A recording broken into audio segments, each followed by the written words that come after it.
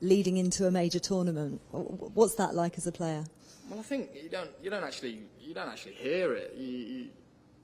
I don't think I've ever been at a game where I've known that Gareth's been there. To be honest, until after it, someone might say, "Oh, Gareth Southgate was here today," or you might see it if they zoom in on the stands or something. I don't think I've ever actually gone into a game knowing Gareth is going to be there, and I'm not sure how I'd feel because I don't think I've been in that situation.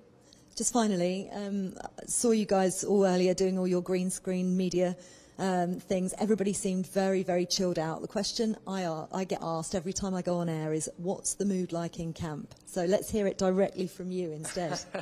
The mood's brilliant. You know, we've come out here. We've got an absolutely fantastic hotel. The team we have here at the FA in England is second to none. The setup we've got in our hotel is absolutely brilliant. All down to the finer things, like the little touches, like checking into my room and there's like little framed pictures of my little boy and my family and my mum and dad that they do, and just the little things like that. So and like you said, you saw the media stuff earlier. Everyone's in good spirits. A lot of excitement and can't wait to get going. Yeah. Brilliant stuff. Thank you, James. Thank you. Hello, James, Caribbean Sport. You said after you spoke to Gareth, the next thing you did was pick up the phone to your mum and dad. What was that conversation like after all you've been through?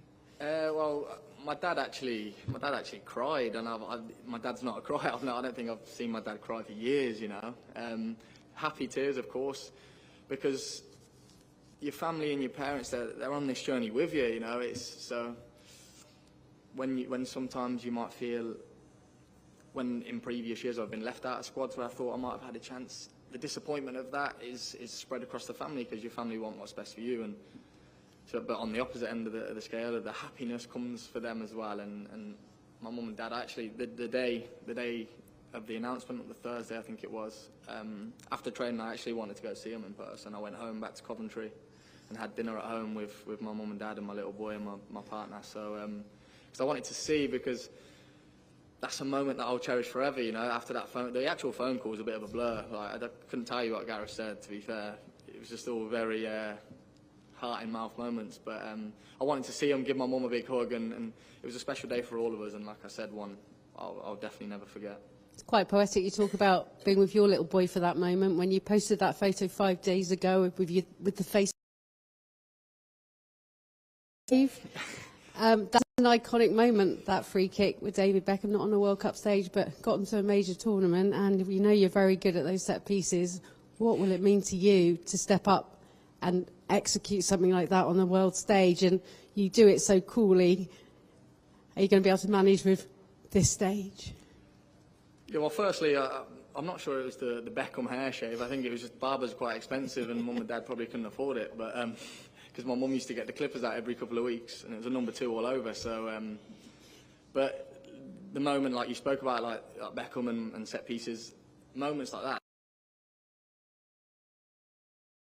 We all watched Beckham's free kick versus Greece to send us to a major tournament, and moments like that, they're the moments that you literally dream of. They're the ones that, if it could go perfectly to plans that get replayed for years and years down in history. So to get one like that would be absolutely unbelievable, but that'd be the real pinnacle and a real dream. Yeah. You can get them crying at home after saying something like that. Everyone's getting so excited. What did Gareth Southgate say to you in that huddle? It's such a change, isn't it? The heat, the palm trees. It will be 20 degrees Celsius in the stadium, thankfully. But what did he say in that huddle? You were there for a long time. What was his message to you all? You mean out on the pitch today? Yeah. Yeah. Well, Steve Holland, about a little bit about the training, what we would do, and then what it'd mean to go deep in this tournament and what it's going to take. And it's going to take a lot. There's so many nations that are strong, and how focused and dedicated we're going to have to be to the cause, and we all know that. We're all on the same page, so we're all excited. Steve Scott. Steve Scott from ITV News. I just wondered, obviously the lead-in to the action starting is so short this time, unusually. What has Gareth said about that, and how you're going to have to approach this week?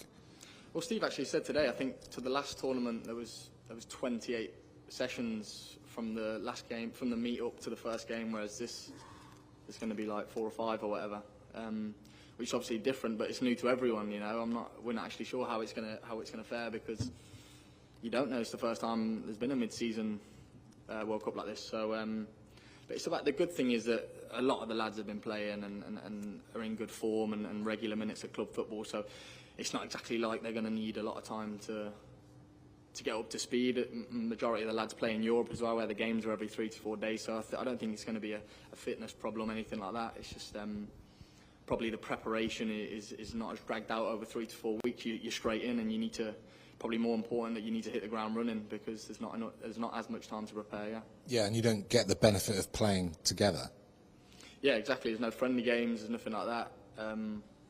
Especially for myself, in an ideal world, you'd want the long build up, but it's the same for everyone, and it's almost that you don't have that anticipation of many weeks of building up to that first game, because you're straight in, and probably takes a little bit. It probably helps on the mental side of things that we're straight in, and there's no overthinking to do. So trying to look at the positives of the quick start. Yeah. And just one on a personal level, when you finally got settled in last night and went to bed, did you lie there thinking, "Wow, I'm here. This is it"? Well, when I was lying there, I was thinking, I hope the aircon goes a little bit colder than this, to be honest. But yeah, every moment at the minute is almost like a pinch me moment, and it sounds a bit cliche, but just getting on the plane and then getting off the plane, seeing the reception we got from locals, and just every moment turning up to the training complex today, the media stuff, it's all a bit surreal, and obviously my first major tournament, so just trying to take it all in. Hi James, I'm Peach from PA. It's just a quick one. You said that Brendan was being a good manager and stuff. Were you expecting bad news that day? I think I was kind of braced for both a little bit. I think the saying of almost like hoping for the best but preparing for the worst. I haven't been in the squad for 3 years. And I'm not naive. I understand how it works and stuff. But I also had that hope, that I was playing well. I was in good form. I was in goal scoring form. I've been a threat for a little while now on the pitch, and was hoping for the good call instead of the bad call. And there is obviously some players that miss out and stuff, but thankfully I was on the receiving end of a good phone call from Gareth, and yeah, like I said, one I'll never forget. You strike us as a confident player, a confident individual, but when you were being overlooked in the past, did that ever dent that confidence? Did it make you question yourself? There was definitely times where you question certain things, and what am I doing that's not getting in the England squad?